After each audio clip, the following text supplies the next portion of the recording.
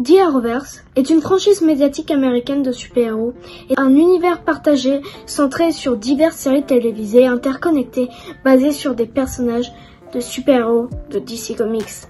Ouais, vous savez déjà tout ça. Mais son histoire, c'est le titre de la vidéo et c'est la miniature. Et c'est ce que la miniature essaie de... Attention, ferme ta gueule. Compris?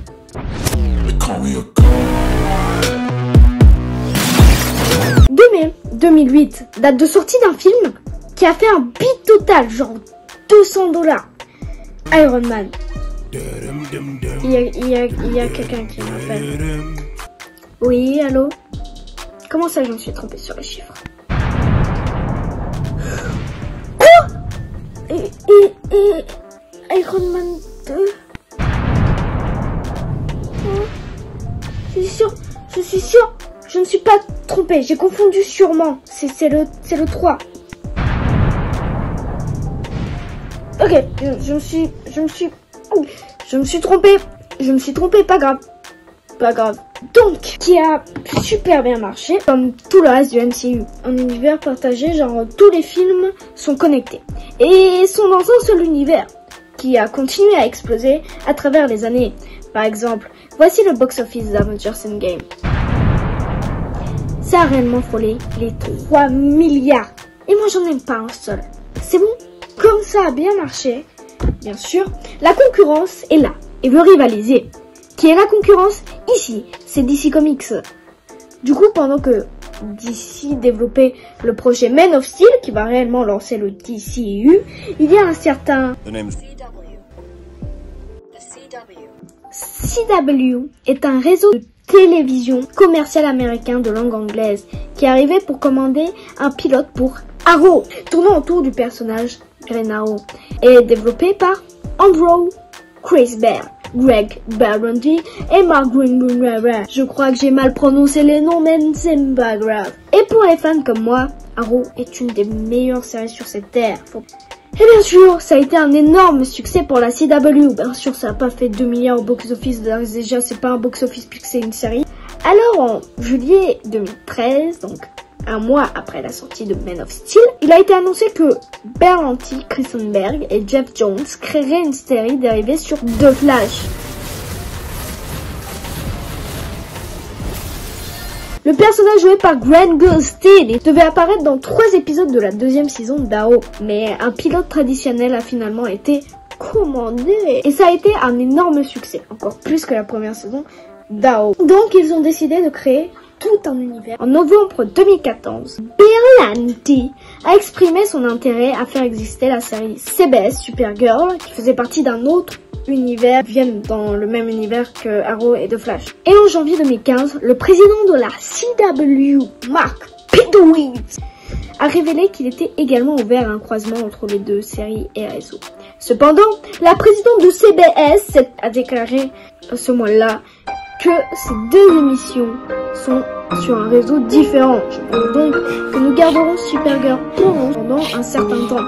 En août 2015, Tassi a révélé que même s'il n'était pas prévu à l'époque de faire des croisements d'histoire, les 3 séries auraient des promotions croisées. Donc au final, Berlanti a à peu près eu ce qu'il voulait.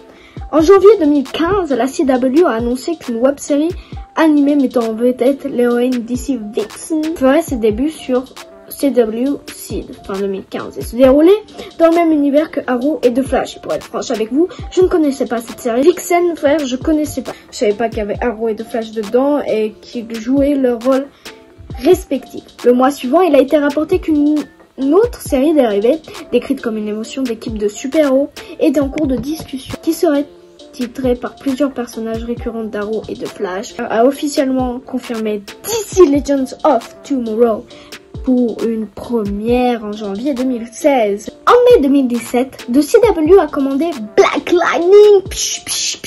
À quel point Berlanti avait déclaré que Black Lightning ne se croiserait pas avec ses autres propriétés télévisuelles de DC Comics sur de CW, et n'existerait pas non plus dans l'Arrowverse. En janvier 2019, Batwoman a reçu un pilote de la CW. Le 6 mars 2019, il a été annoncé que la 8e saison de Arrow serait la dernière de la série. Tout le monde en pleure. Discuter d'un éventuel Black Lightning croisé avec l'Arrowverse. En juillet 2019, Chris Williams a révélé qu'il y a eu beaucoup de discussions, rien d'officiel, mais à ce stade, je ne serais pas surpris que Black Lightning rejoigne l'Arrowverse. 2 semaines plus tard, en août, Williams a confirmé des rapports selon lesquels des personnages de Black Lightning apparaîtraient dans Crisis on Infinite Earth.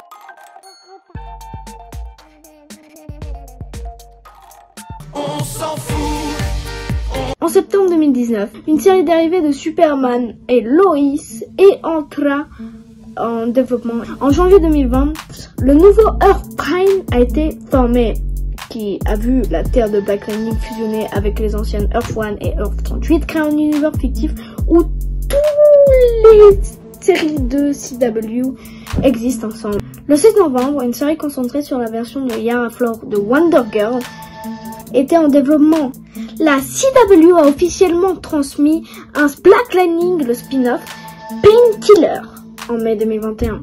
En janvier 2022, le juge était en développement. Il mettait en vedette Davin Rapsay reprenant son rôle de John Diggle, dans lequel Diggle recrute 5 jeunes méta-humains pour vivre sous couverture en tant qu'étudiants de première année dans une université prestigieuse. En mars 2022, The Flash et Superman et Lois ont tous deux été confirmés pour une 9e et une 3e saison respectivement. Batwoman et Legends of Tomorrow ont été tous les deux annulés. Le 1er août 2022, il a été annoncé que The Flash se terminait avec sa 9e saison à venir, qui agirait également comme la conclusion de l'Arrowverse.